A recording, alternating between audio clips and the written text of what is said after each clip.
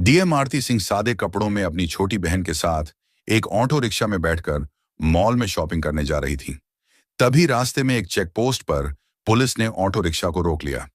Inspector Ashok Singh ने auto चालक से कागजात की मांग की और कमी निकालते हुए रिश्वत की मांग शुरू कर दी।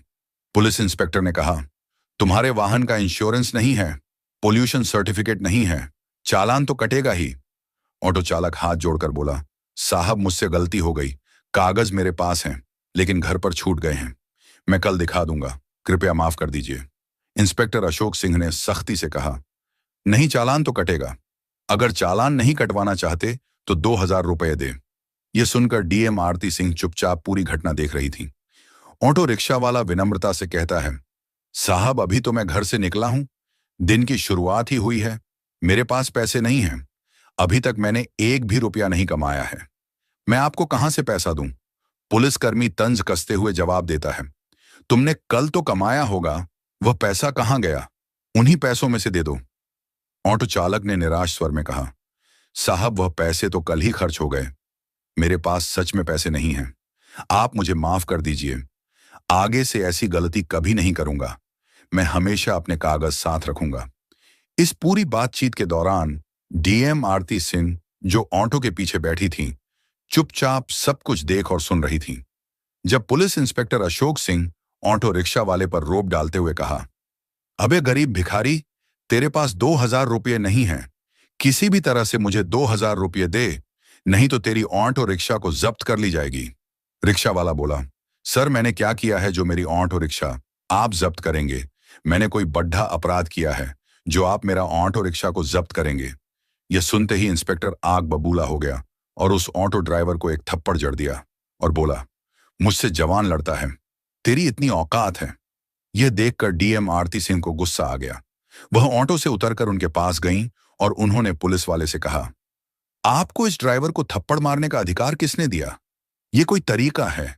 यह भाई रोज मेहनत करके गाड़ी चलाता है, इसी कमाई से इसके घर का चूल्हा जलता है, अगर इससे कोई गलती हुई है तो आप इसे रिश्वत और थप्पड़ मारोगे और इसकी ऑटो को जब्त करोगे? ये कैसा कानून है? ये गरीब आदमी आपका पेट भरने नहीं आया बल्कि अपने घर का पेट पालने निकला है। उस समय डीएम आरती सिंह नीला सलवार सूट और चप्पल पहने हुए थी और साधारण कपड़ों में थी। वे अपनी बहन ललिता के लिए कपड़े खरीदने के लिए मॉल में जा रही थी। पुलिस वालों को लगा कि यह कोई आम आदमी है जो उनसे इस तरीके का सवाल जवाब कर रही है। आरती की बात सुनकर सब इंस्पेक्टर अशोक सिंह और भड़क गया। उसने तीखे स्वर में कहा, तू मुझे सिखाएगी कि मुझे क्या करना चाहिए? बीच में बोलने किसने कहा? ज्यादा बकवास मत कर, वरना तुझे भी हवालात दिखा दूंगा। मैं पुलिस हूं, चाहूं तो अभी गिरफ्तार कर लूं। ज्यादा अकड़ मत दिखा, समझी? अशोक सिंह को बिल्कुल अंदाजा नहीं था कि जिससे वह इस लहजे में बात कर रहा है वह दरअसल एक डीएम अधिकारी है। आरती ने शांत रहते हुए कहा, सर आप पुलिस वाले हैं तो क्या लोगों को लूटेंगे, गरीबों से जबरन रिश्वत लेंगे? ये जो आप कर रहे हैं ये न सिर्फ गलत है बल्कि कानून के खिलाफ भी है। आरती की बात सुनकर अशोक सिंह आपा खो बैठा। उसने गुस्से में आरती को थप्पड़ मार दिया और बोला, तू मुझे कानून सिखाएगी? तुझे उसी वक्त से देख रहा हूं, बहुत ज्यादा बड़बड़ा रही है। तुझे लगता है कि तुझे मुझसे ज्यादा कानून आता है। ज्यादा गुस्सा मत दिला, वरना तुझे और तेरी बहन ललिता दोनों को जेल में सड़ा दूंगा। चलो जल्दी, ऑटो लेकर भागो यहां से। ऑटो चालक ये सब देखकर डर के मारे चुप था। वहीं आरती ने अपने गुस्से को काबू में रखा।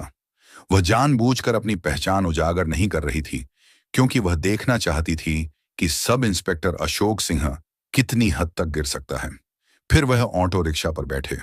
कुछ देर बाद ऑटो ने उन्हें कपड़ों की मॉल पर उतार दिया। आरती ने अपनी बहन ललिता को अंदर ले जाकर उसके लिए सुंदर सुंदर कपड़े खरीदे। बाहर से भले ही आरती शांत दिखाई दे रही थी, लेकिन मन ही मन उसने ठान लिया था, इस सब इंस्पेक्टर अशोक सिंह को सबक सिखाना ही होगा। कानून का मजाक उड़ाने वाले ऐसे अफसर थाने में रहने के लायक नहीं हैं।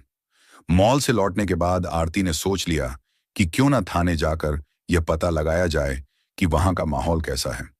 आखिर अशोक सिंह वहीं काम करता है, और अगर पूरा थाना ही भ्रष्टाचार में डूबा हुआ है तो सिस्टम को अंदर से साफ करना जरूरी है। अगले दिन सुबह आरती ने अपनी असली पहचान छिपाते हुए एक आम लड़की का रूप धारण किया। उसने हरे रंग का सलवार सूट पहना और सीधे थाने पहुंच गई। थाने में प्रवेश करते ही उसकी नजर सामने की कुर्सी पर बैठे इंस्पेक्टर राजेंद्र मिश्रा पर पड़ी। वह आराम से पंखा झलते हुए मोबाइल पर बात कर रहा था। आरती सीधी उसके पास गई और बोली, सर मुझे एक रिपोर्ट लिखवानी है। आरती कुछ और कहती, इससे पहले ही राजेंद्र मिश्रा ने उसे बीच में टोक दिया। किसकी रिपोर्ट लिखवानी है? तुझे पता नहीं, यहां रिपोर्ट लिखवाने की फीस 5,000 रुपये लगती है। पैसे लाई है क्या? अगर पैसे हैं तो बोल, वरना फौरन दफा हो जा। यह सुनकर आरती की आंखें गुस्से से लाल हो गईं। वह हैरान थी कि इस थाने में खुलेआम भ्रष्टाचार हो रहा है और जिले की डीएम अधिकारी होने के बावजूद उसे अब तक इसकी भनक तक नहीं लगी। आरती ने गहरी सांस ली और सख्त स्वर में कहा, सर आप हमसे रिश्वत क्यों मांग रहे हैं? रिपोर्ट लिखवाने के लिए कोई शुल्क नहीं लगता। ये जो आप कर रहे हैं ना सिर्फ गलत है, बल्कि कानून के खिलाफ भी है। यह सुनकर राजेंद्र मिश्रा भड़क उठा और बोला, क्या कहा तूने मैं गलत कर रहा हूं? तुझे मुझसे ज्यादा कानून आता है। क्या ज्यादा बकवास मत कर, वरना अभी तुझे अंदर करवा दूंगा। आरती समझ चुकी थी कि यह इंस्पेक्टर भी उसी रास्ते पर है जिस रास्ते पर अशोक सिंह था। उन्होंने शांत रहते हुए पूछा, आपके थाने का सब इंस्पेक्टर अशोक सिंह कहाँ है? राजेंद्र मिश्रा झल्लाकर बोला, क्यों तुझे उससे क्या काम है?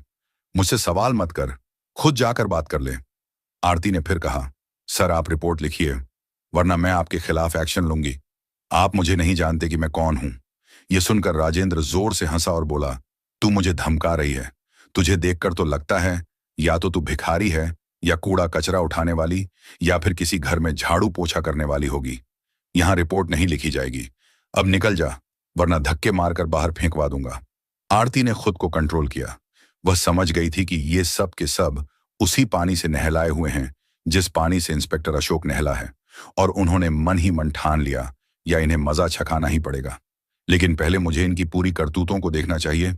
फिर वह थाने से बाहर निकलकर थोड़ी देर सोचा, फिर अपना मोबाइल निकाला और अपने अधिकारी आईपीएस और आईएएस को फोन कर दिया कि इस थाने में मैं मौजूद हूं, आप लोग मेरी गाड़ी लेकर आओ। इतना कहकर वह दोबारा थाने में प्रवेश किया। जैसे ही राजेंद्र ने उसे देखा, वह गरजते हुए बोला, ये लड़की फिर से आ गई। तुझे समझ में नहीं आता, चल तुझे सबक सिखाता हूं। अब तो लगता है तुझे जेल में डालना ही पड़ेगा। राजेंद्र मिश्रा ने गुस्से से कहा। आरती ने बिना घबराए धीमी मगर स्पष्ट आवाज में जवाब दिया, सर मुझे सिर्फ रिपोर्ट लिखवानी है। आप रिपोर्ट दर्ज कीजिए। अगर आप ही जनता के साथ ऐसा बर्ताव करेंगे तो हम न्याय की उम्मीद किससे करेंगे? मगर मिश्रा फिर वही रट दोहराने लगा। मैंने कहा ना रिपोर्ट लिखवानी है तो 5,000 रुपये निकालो।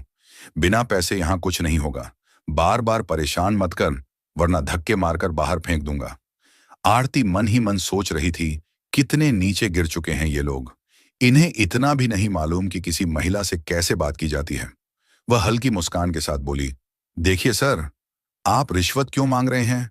कानून में कहीं नहीं लिखा कि रिपोर्ट दर्ज करने के लिए जनता से पैसे लिए जाएं। आप साफ साफ कानून तोड़ रहे हैं। अगर आपने रिपोर्ट दर्ज नहीं की तो मैं आपके खिलाफ सख्त कार्रवाई करूंगी। आप खुद को बड़ा अधिकारी समझते हैं, लेकिन आपको अंदाजा भी नहीं कि आपके साथ आगे क्या होने वाला है। यह सुनकर मिश्रा बुरी तरह तिलमिला गया। उसने 2 सिपाहियों को इशारा करते हुए आदेश दिया, इस लड़की को बाहर निकालो और सबक सिखाओ। यह ऐसे नहीं जाएगी। दोनों सिपाही आरती की ओर बढ़े ही थे हाथ पकड़ने को कि तभी थाने के दरवाजे से कड़क आवाज गूंजी, रुको! सबकी नजरें दरवाजे की तरफ घूम गईं और वहां खड़े देखकर सभी दंग रह गए। अंदर आ चुके थे आईएएस और आईपीएस अफसरों का दल, जो डीएम आरती को बुलाने आया था। उनके पीछे कुछ और वरिष्ठ पुलिस अधिकारी भी थे। उनमें से एक ने गुस्से में राजेंद्र मिश्रा पर नजर डालते हुए कहा, बेहुदे इंस्पेक्ट, ये क्या कर रहे हो तुम्हारी? अब भी इसी वक्त वर्दी उतर जाएगी और जिंदगी भर जेल में सडीडीड होगे। ये सुनते ही मिश्रा के हाथ पांव कांपने लगे, माथे से पसीना टपकने लगा। हकलाते हुए उसने सफाई देनी चाहिए, साहब, ये लड़की। लेकिन इससे पहले कि वह बात पूरी करता, आरती आगे बढ़ आई। उसका चेहरा अब और भी तेज और दृढ़ लग रहा था। वह गूंजती आवाज में बोली, चुप रहो मिश्रा, ये लड़की नहीं, मैं जिले की डीएम हूं और मैंने अपनी आंखों से देख लिया है कि यहां आम जनता के साथ कैसा व्यवहार किया जाता है। तुम्हें लगता है कि यह थाना तुम्हारी निजी जागीर है। अब समझ आएगा असली कानून क्या होता है। थाने का माहौल बदल चुका था। सिपाही एक दूसरे का मुंह देखने लगे। जिन दो सिपाहियों ने अभी अभी आरती को पकड़ने की कोशिश की थी, वे डर के मारे पीछे हट गए। आईएएस अधिकारी ने गुस्से में टेबल पर जोर से हाथ मारा और आदेश दिया, कांस्टेबल, तुरंत इंस्पेक्टर मिश्रा को हिरासत में लो, अभी इसी वक्त। एक क्षण की भी देरी बर्दाश्त नहीं होगी, वरना अंजाम तुम जानते हो। पूरा थाना सन्नाटे में डूब गया। जो मिश्रा कुछ देर पहले शेर की तरह दहाड़ रहा था, वही अब हाथ जोड़कर गिड़गिड़ा रहा था। वह आरती की तरफ देखकर रोते हुए बोला, मैडम, मुझसे गलती हो गई, एक मौका दीजिए, मेरी नौकरी चली जाएगी। लेकिन आरती की आंखों में जरा भी नरमी नहीं थी। उसने ठंडे और कठोर स्वर में कहा, गलती तब गलती होती है जब वह एक बार हो। तुम्हारा अपराध गलती नहीं, आदत है, और इसकी सजा तुम्हें मिलकर ही रहेगी। जनता की आवाज दबाना, कानून का मजाक उड़ाना और महिला का अपमान करना अपराध होता है, गलती नहीं। डीएम आरती कठोर शब्दों में अपने अधिकारी आईपीएस को बोली, इन्हें तुरंत के तुरंत सस्पेंड करो और उनके हाथों में हथकड़ियां लगाओ। यह सुनकर आईपीएस अधिकारी ने इशारा किया और दो सिपाही आगे बढ़कर इंस्पेक्टर राजेंद्र मिश्रा को हथकड़ी पहनाने लगे। थाना परिसर में मौजूद बाकी पुलिसकर्मी सर झुकाकर खड़े थे। जैसे ही मिश्रा को ले जाया गया, तभी थाने के दरवाजे से अचानक इंस्पेक्टर अशोक थाने के मेन गेट से अंदर आया। उसके चेहरे पर घबराहट थी, लेकिन वह हालत को समझे बिना ही अंदर चला आया। जैसे ही उसने डीएम आरती को सामने खड़ा देखा, उसके होश उड़ गए और उसके चेहरे पर वही सीन घूम गया जब सड़क पर उसने ऑटो वालों का चालान काटते वक्त आरती को आम लड़की समझकर थप्पड़ जड़ दिया था। उसे दिन उसे लगा था कि बस एक मामूली वाक्य है, लेकिन आज वह समझ गया कि उसके सामने वही लड़की और उसके पीछे आईएएस आईपीएस बड़े बड़े अधिकारी क्यों खड़े हैं। उसके मन में चलने लगा कि मैंने जिसे थप्पड़ मारा था, उसने डीएम ऑफिस में कंप्लेंट की होगी, इसलिए अधिकारी यहां जांच पड़ताल करने के लिए आए हुए हैं। तभी इंस्पेक्टर अशोक बूंद बुदाते हुए कांपते आवाज में उन बड्ढे अधिकारी से बोला, सर, ये लड़की एक नंबर की लफंगी है। जब मैं एक ऑटो वाले का चालान काट रहा था तो यह मुझसे भिड्डेंच गई और मुझे थप्पड़ मारने लगी। तो मैं इसे कुछ भला बुरा कहा तो यह डीएम ऑफिस में जाकर कंप्लेंट कर दी, जिससे आप लोगों ने यहां आकर राजेंद्र मिश्रा को गिरफ्तार कर लिया। बल्कि आप लोगों को इस लड़की को गिरफ्तार करना चाहिए था। यह बात सुनकर पुर थाने में सन्नाटे छा गए, मानो कुछ बड़ा होने वाला है। तभी आईपीएस अधिकारी गुस्से में एक एक थप्पड़ अशोक के गाल पर लगा दी और कड़क आवाज में बोले, इंस्पेक्टर अशोक, तुम हद में रहो। तुम जिनके बारे में बोल रहे हो, तुम नहीं जानते कि यह महिला कौन है। ये बातें सुनते ही इंस्पेक्टर अशोक की मानो दिल का दौरा पड़ गया हो। उसने कांपते और एकदम डरते हुए आवाज में बोला, सर, आप क्या बोल रहे हैं? आखिर यह मैडम है कौन? इससे पहले आईपीएस अधिकारी कुछ बोलना चाहा। तभी डीएम आरती ने उसकी तरफ सीधी नजरें डाल दी। उनकी आंखों में वही आग थी जो उस दिन सड़क पर थप्पड़ खाते वक्त दबी हुई थी। डीएम आरती तेज और गंभीर स्वर में बोली, याद है वही थप्पड़? आज तुम्हें अपनी पूरी जिंदगी पर भारी पड़ने वाला है। इंस्पेक्टर अशोक, उस दिन तुमने सोचा होगा कि एक आम लड़की को नीचा दिखाकर तुम जीत गए, लेकिन असलियत यह है कि उस थप्पड़ ने मेरी आत्मा को नहीं, बल्कि तुम्हारे पूरे सिस्टम की गंदगी को उजागर कर दिया। तुमने सिर्फ मुझे नहीं मारा था, बल्कि उस जनता की आवाज को मारा था जो तुमसे न्याय की उम्मीद करती है। थाने के भीतर ऐसा सन्नाटा पसर गया मानो किसी ने सबकी आवाज छीन ली हो। अशोक का चेहरा पल भर में फीका पड़ गया था। होंठ कांप रहे थे, पर आवाज जैसे गले में ही अटक गई। तभी आरती ने गंभीर स्वर में कहा, आज मैं सिर्फ डीएम बनकर नहीं आई हूं, बल्कि उन तमाम लोगों की तरफ से खड़ी हूं जिन्हें तुम्हारे जैसे अफसर हर जगह बेइज्जत करते हैं, चाहे सड़क पर हो, थाने में या दफ्तर में। तुझे लगा था कि वर्दी पहन ली तो खुद को भगवान समझ सकता है, लेकिन आज तुझे पता चलेगा कि कानून सबके लिए बराबर है, पुलिस वालों के लिए भी। बस इतना कहकर आरती ने टेबल पे एक तगड़ा थप्पड़ मारा। डर के मारे सब चौंक गए और चिल्लाई, कांस्टेबल इंस्पेक्टर अशोक को गिरफ्तार करो, वर्दी उतारो और सस्पेंशन की रिपोर्ट अभी बनाओ। आईपीएस अफसर ने बिना एक सेकंड गंवाए इशारा किया। दो सिपाही आगे बढ़े, अशोक के हाथ में हथकड़ी डाल दी। बेचारा बुरी तरह कांप रहा था। गिड़गिड़ा के बोला, मैडम प्लीज माफ कर दीजिए, गलती हो गई, मैं पहचान नहीं पाया था। लेकिन आरती ने उसकी बात बीच में काट दी।